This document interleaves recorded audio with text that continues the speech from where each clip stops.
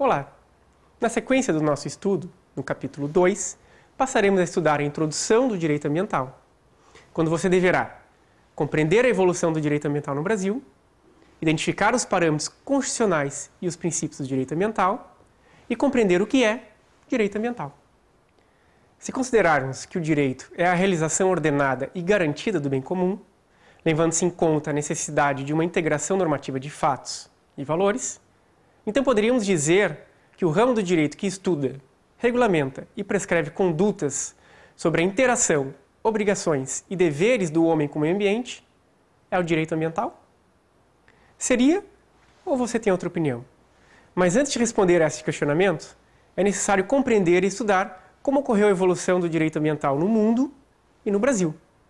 Você já parou para pensar como uma lei surge e qual o motivo que leva alguém a escrever uma lei? A importância de se estudar a história aponta para a compreensão de como surge a demanda por uma norma e como ela se concretiza para a sociedade.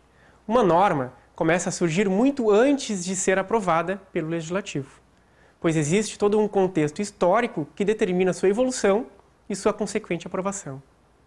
Vejamos parte de uma entrevista que trata sobre a evolução da construção do Código Estadual de Meio Ambiente do Estado de Santa Catarina, que ocorreu em 2009. O Estado não tinha uma legislação, não tinha um Código Ambiental. Então, a aprovação do Código Ambiental é uma inovação para o Estado. O Estado necessitava e merecia uma legislação ambiental.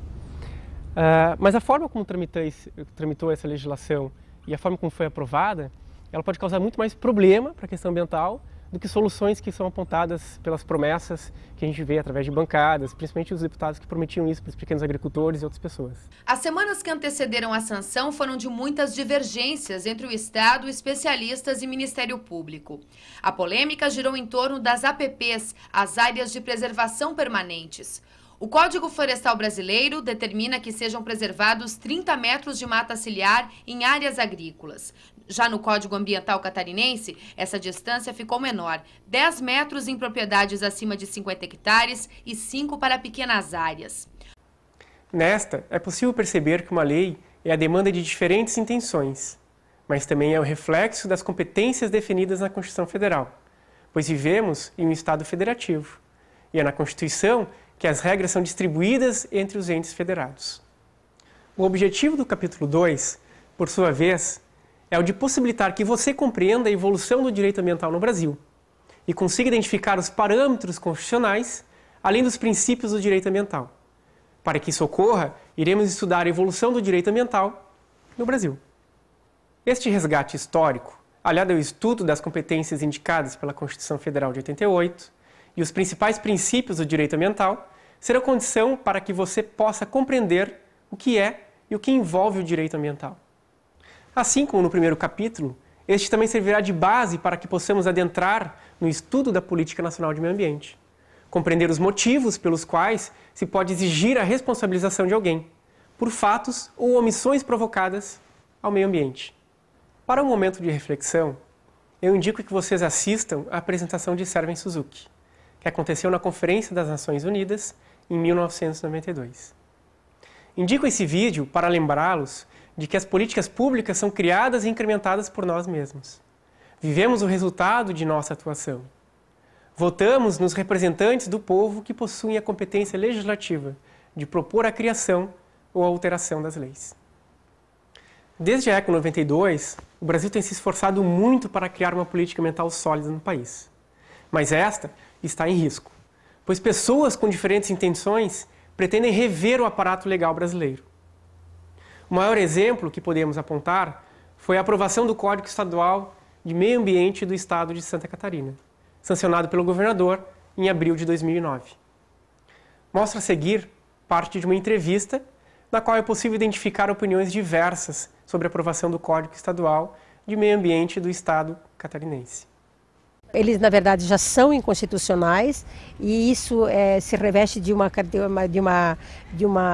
gravidade extrema e deve ser impedidos de serem colocados em práticas por ações judiciais do Ministério Público e também por pressões da própria sociedade. O retrocesso na conservação, ou seja, em vez de nós percebermos que nós estamos num estado muito degradado e que precisamos melhorar nossas condições ambientais para enfrentar as dificuldades presentes e futuras, na verdade nós estamos fazendo o oposto. Ou seja, nós estamos aumentando as áreas degradadas, facilitando a degradação e simplesmente dando um presente para quem já degradou muito ou que recebeu propriedade já degradada. Nicolau Cardoso Neto, que é mestre em engenharia ambiental e advogado especializado na área, concorda com a inconstitucionalidade de alguns dispositivos da lei e acrescenta que o código é pouco abrangente. Você deixar a possibilidade do agricultor utilizar as áreas de APP até 5 metros do rio não vai oferecer subsídio econômico, que é o grande problema hoje do agricultor. O agricultor, ele sempre foi esquecido nas outras legislações, nesse momento houve a promessa que ele seria resguardado, mas não é isso que a gente consegue ler através do projeto que foi aprovado. Tanto que uma das emendas que foram sugeridas para serem aprovadas na terça-feira, que foi até a votação e foi negada sumariamente por todos os deputados, né, uma pequena porcentagem apenas votou a favor, a questão do serviço ambiental, né, que seria uma possibilidade do agricultor, aquele que preserva o meio ambiente, um valor pela preservação. Se você pegar a legislação, a Constituição Federal, o artigo 24, você vai perceber que o Estado está, de certa forma, disputando uma soberania de poderes com o Estado, mas como é um Estado federativo, ele não poderia estar disputando com a União, porque isso já foi estipulado, já foi definido através do Código Florestal.